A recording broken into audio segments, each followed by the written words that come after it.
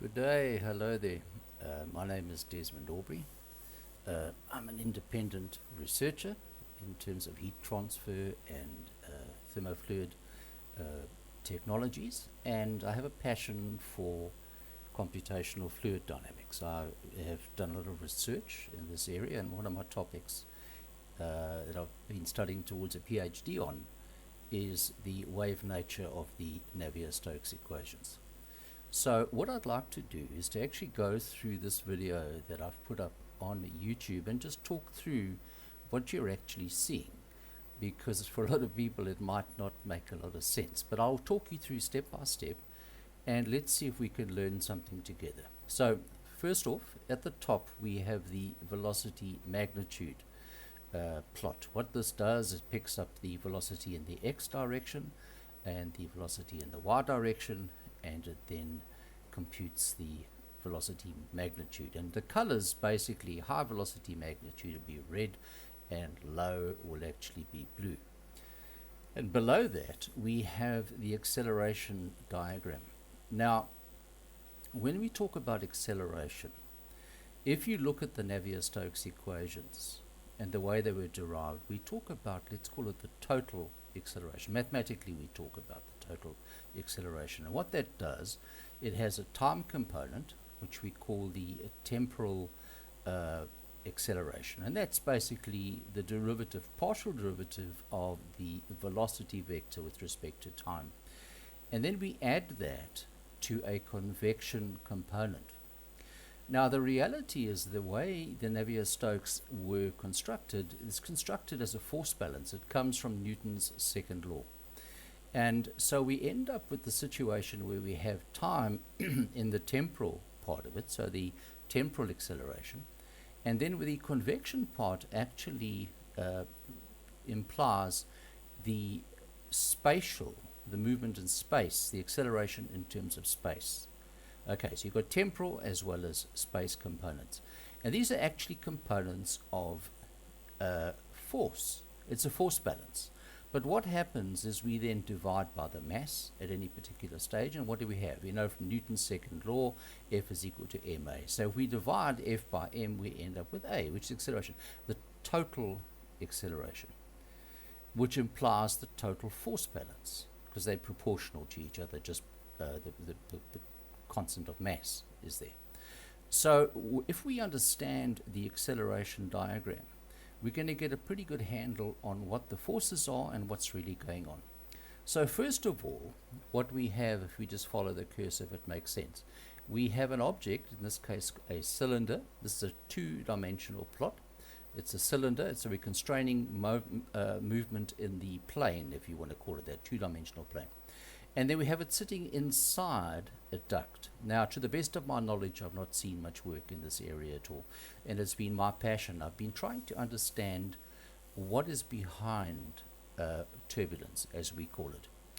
And what you're going to see come out of this discussion is something very interesting. You're going to see patterns emerge, because that's what I look for, are patterns, and trying to explain what these patterns are. What do they represent?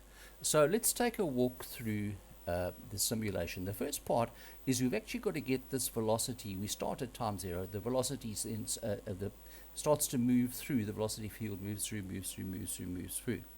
And we start to go, so we have what we call a transition time, where we get lots of change in time. And then at a certain point, the change in time, once we've got this, let's call it velocity initial wave through the system, we start to see the temporal, the spatial component, or the convection component coming in. Now, what's interesting, when you do most CFD work, you'll find that it's very unstable. Because, and people always complain about the convection term, there's a slight non-linearity in the Navier-Stokes equation. Okay. And so you have velocity dot product with nabla v, which is change spatially of the velocity field. And this tends to throw a lot of people. Now, I simulate in a way which I never blow up. I haven't blown up a simulation for, I don't know, 15 years. But I've got some tricks up my sleeve. So let's get this thing to start moving through, and I'll comment as we go through. It's a bit of a long video, but I think it's worth looking at. It starts to put things in perspective. So let's start to play. So just before I do that, this is the video that I'm analyzing here, vmag.act at Reynolds number 150. And we can start to understand. So let's start to play. Let's have a look. So now what happens is we start to get the velocity goes through. What starts to happen is this object gets in the way, and we start to create accelerations around the object and starting to get a velocity field. So we get a high velocity here, which you'd expect, because it's a constrained space.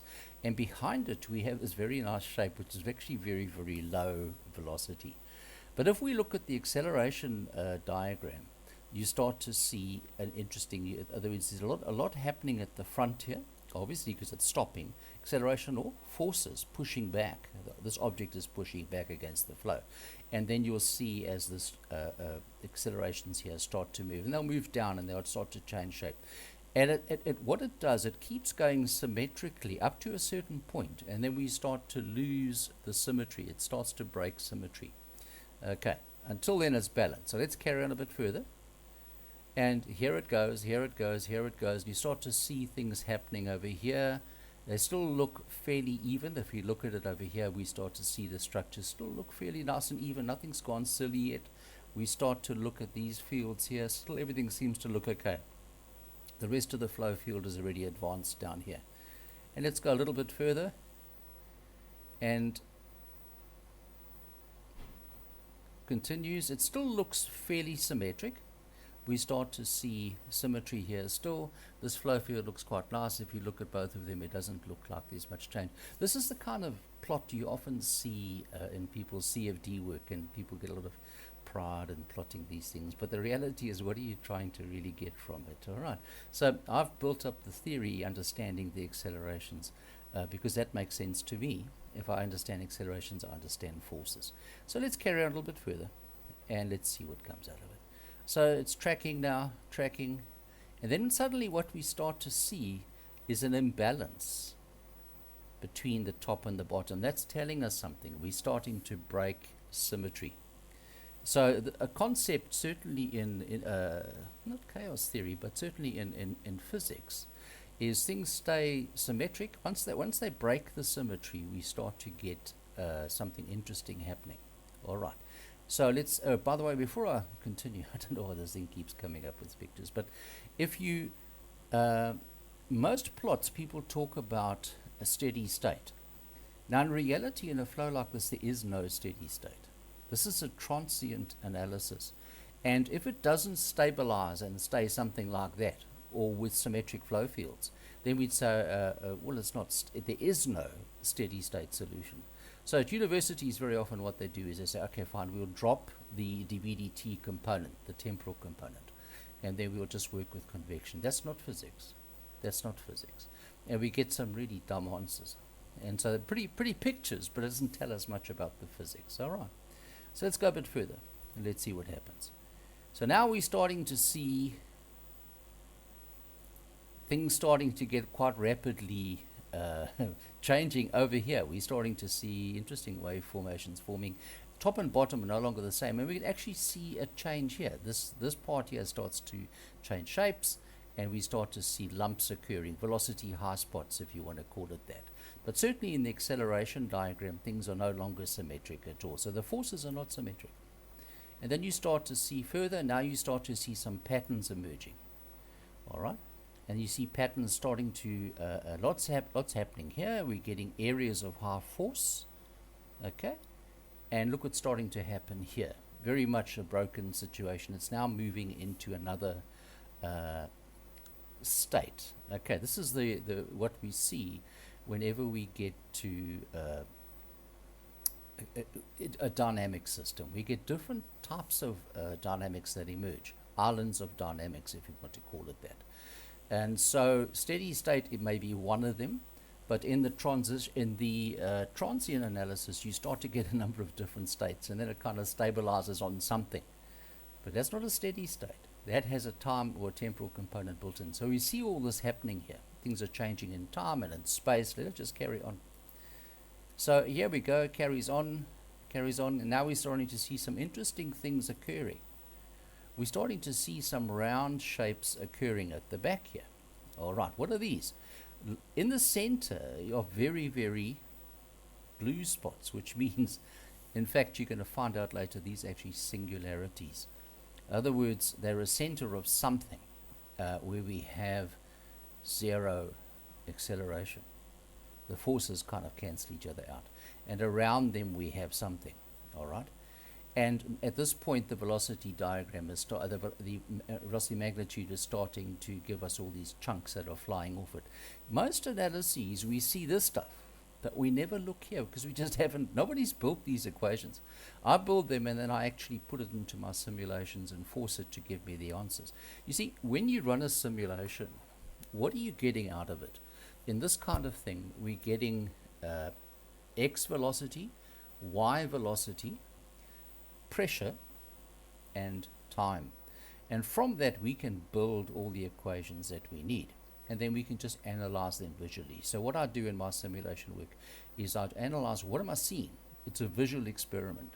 And then I try and make sense out of it. So let's go a bit further. All right. So what's happening now? Now we're starting to get these structures, and they're starting to, interesting, they're starting to take some kind of shape here, some kind of form. It comes off the back of the object, and it's nice and straight, and then we start to see this happening. Okay? And let's carry on a bit further. Right now, the velocity is not telling you very much. It just tells you there's chunks of high velocity. What does that mean? Okay? And interestingly enough, you can try and line these up if you want to. And you'll find the high velocity here, but low acceleration there. And let's continue a bit further. Carry on. Now we're starting to see some structural formation. The back here. Look at this. Look at this. Look at this. We're seeing structural formation. So we can let this thing run out. What's happening is you'll see we're moving into a different state. It's not steady state. Cannot be, because it's changing in time. Okay, it becomes a spatial configuration. Now remember, what's happening here is you've got constraints. You've actually got sides to this tube or duct, if you want to call it that. So the these objects or these accelerations or force balances can't escape. They are kind of constrained by what's happening here. And let's let it go further, and then we'll start to discuss further what we're seeing. So let it just run. And we're starting to see a consistent pattern now. Every time it's spitting off, and then it's going into a structural situation. So what you're getting is you're spitting off the back here, and then you're moving into these patterns. Now, if we were to talk about vortices and vortex streets, this is what this is. This is what this is. So it's actually a vortex formation, but they've been locked into a certain configuration. In other words, what you've got actually is a triangular configuration. So we've got, this is the one vortex, this is the next vortex, and they're actually opposites, okay? And you get this vortex street. And the vortex street is determined, people talk about, oh, vorticity and all this. No, no. Go back to Newton's second law. What are we dealing with? We're dealing with accelerations. Accelerations proportional to force. So we're seeing force balances. And these kind of singularities, the forces literally cancel out. But the force structures eventually force themselves, these things, they have to create a situation where the forces actually balance. Okay? And you'll find that's why they create these structures. They're actually quite fascinating. And it'll run a bit more. And I think you're going to see that eventually what we've got is a consistent situation where we end up with these rear force structures, which we know essentially as a vortex sheet, okay, or a vortex street, should I say. And you'll see a lot about it in the books. The mathematicians, they don't understand the physics, so they talk about, vorticity and all this. That's false. It just gets you confused. The idea is to look at the physics. My background is I studied engineering in South Africa, and our degree started off as physics based. In other words, you get a Bachelor of Science Bachelor of Science. So first of all, you're a scientist. Our first year was all science and maths. And at the end of the first year, we had the option of actually going and continuing to become a physicist, which was a 3-year course, or we could continue and start to branch into engineering, which is a 4-year course, an honors degree, and start to really apply. So it becomes applied physics. Many of the modern ideas, certainly the American way, and that is they use mathematics as the base. So they don't actually understand the physics of what's going on. So my project has really been to try and understand the physics of this whole situation. All right, and I think this is very important to understand. So let this run through a little bit more, and then we'll wind it up. So basically what's starting to happen is we're getting these patterns at the top sheds, the bottom sheds, the top sheds, the bottom sheds. So what's happening is we're getting instability on the front here, and it's shedding. The back field is also affecting what's happening over here. People keep saying, oh, well, there's no, you don't get a link backwards. I always say you don't get a link from here to there. It has to always go in this direction, in the forward direction. But that's not actually true. You'll find that the velocity field is determined at the back end, and that actually does have an impact on what's happening at the front. And so you'll find that a lot of these flow stabilization mechanisms that people talk about, which are there to try and stabilize the convection field, which is slightly nonlinear and tends to blow things up in simulations. I remember one chap saying to me, no, the whole field must go in this direction. That's why. And I said, no, it's not true. In reality, you're going to find the back actually does influence the front. And these structures actually have an impact on what goes on there. And so those structures then force it also to oscillate over here. And you'll see even at the front edge area, you see you're getting stuff going up and down. So you're actually getting a signal moving from the front to the back. This input signal here is a constant acceleration. It's not a variable acceleration. But what's happening is the actual flow field is forcing the front acceleration to kind of move up and down, which is interesting. So we're actually getting a backward communication in the system. This is very important. So people, like to say that everything must be flow stabilized this way, and you'll find the different techniques that people come up with, constant volume and so on. They end up with all these discussions, but it's not actually true. The physics actually doesn't need it. But if you look at the velocity diagram, it's very interesting. You're starting to see these different pieces breaking off at the back. Actually, if you do I do quite a few things. I also look at the actual loss of, let's call it loss of energy in the system. And you plot that. You can also plot vorticity, if you like, at the back. Viscous dissipation is one thing I play with, and you get some amazing patterns that emerge, and they correspond quite nicely to these structures here. So really what I wanted to talk about today was an understanding of what this acceleration field is all about. And I would encourage people who are researching in the field to understand, because once you understand the forces, so just to reiterate, the build-up, the derivation of the Navier-Stokes equations, okay, it starts off as a force balance. Newton's second law. Force is equal to mass times acceleration. So what we have is we have the acceleration field, which itself is composed of two parts. A temporal part, a change of velocity with time, plus a convection part, which is velocity dot product with nabla v. Nabla v is the change of velocity in space. So we add the two together, we end up with total acceleration. That's equal to F times, is equal to F divided by M, which is the mass. And the mass, you'll find if you've got yourself a nicely structured flow field, is reasonably consistent. So there's important tricks on how do you set up these simulations and it gives you decent results. And most people typically, they don't understand things, and they end up locking, letting time go variable and all kinds of things to try and, so to say, stabilize the solution. But all you do is you wipe out the physics when you do that. So a lot of these so-called top-end CFD software packages you get actually lose the physics because they're trying to flow stabilize. They just haven't got an understanding of the physics properly.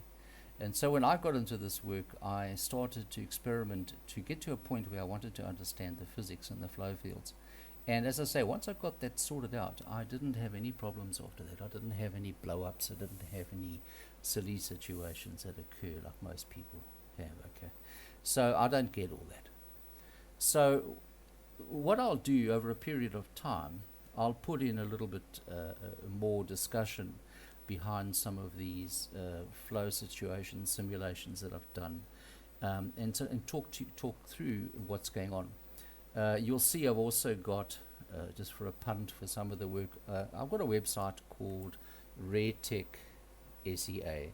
So that stands for Rarefied Technology Southeast Asia. It's the short form of it, okay?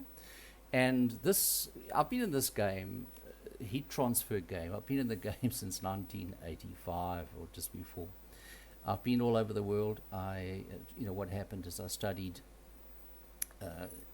Bachelor of Science engineering, and then in mechanical was my speciality. But in mechanical, we had just at that stage, firstly we had thermodynamics as the basis of what we learned. And thermodynamics is really a point-to-point analysis of energy changes and so on. And at that point, heat transfer just came in. It was a new course in my final year, and I loved it. And we just come out with the book, the first course, certainly at our university, on heat transfer. So I lapped this thing up. And I loved it because when we talked about things like heat exchangers, the heat exchangers themselves are very, very complicated. The equations that govern the heat transfer. And this got me really very interested. I like the complexity of all of that. You've got heat transfer, let's say, in a tube, and you've got heat transfer in a shell. And what equations govern. You've also got a heat transfer through the tube wall. Then what helps with that? And then you get things like fouling. You get layers that build up on either side, and they affect the heat transfer as well.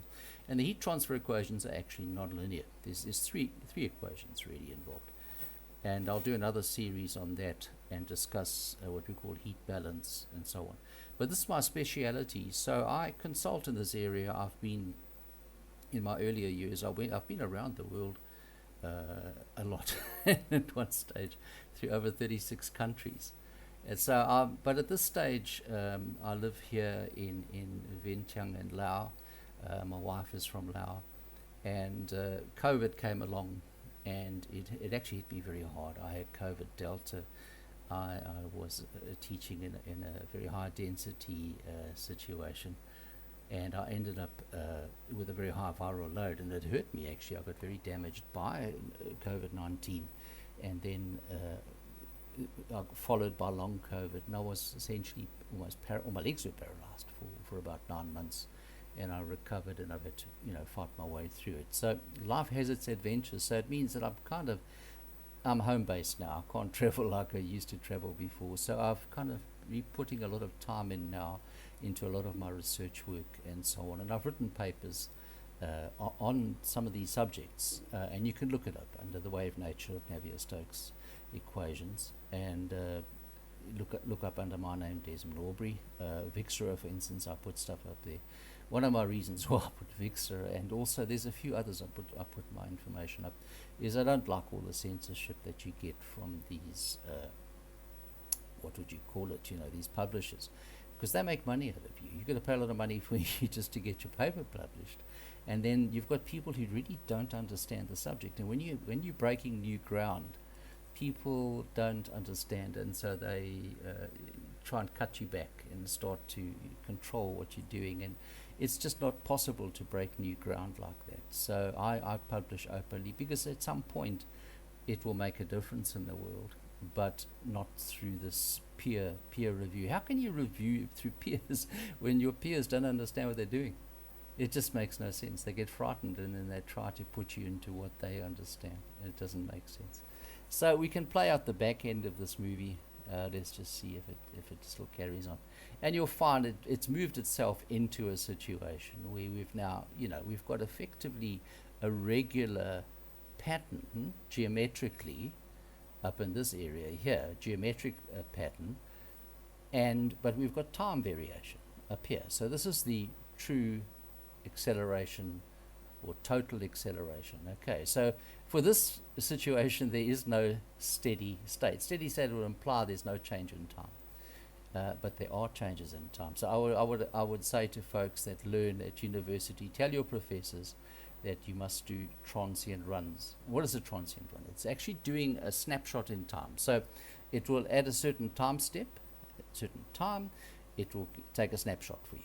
Then it will advance and take another snapshot. Advance, take another snapshot. Then effectively you link all those frames together till you get to a movie, and then you understand the dynamics of what's going on. So anyway, that's just a bit of background. I'll talk through later some of my other videos and try and give a bit of background. Anyway, as I say, thank you very much. I hope you enjoy what you see. If you find it a bit long, all right, sorry about that. But there's a lot that I want to go through. Okay.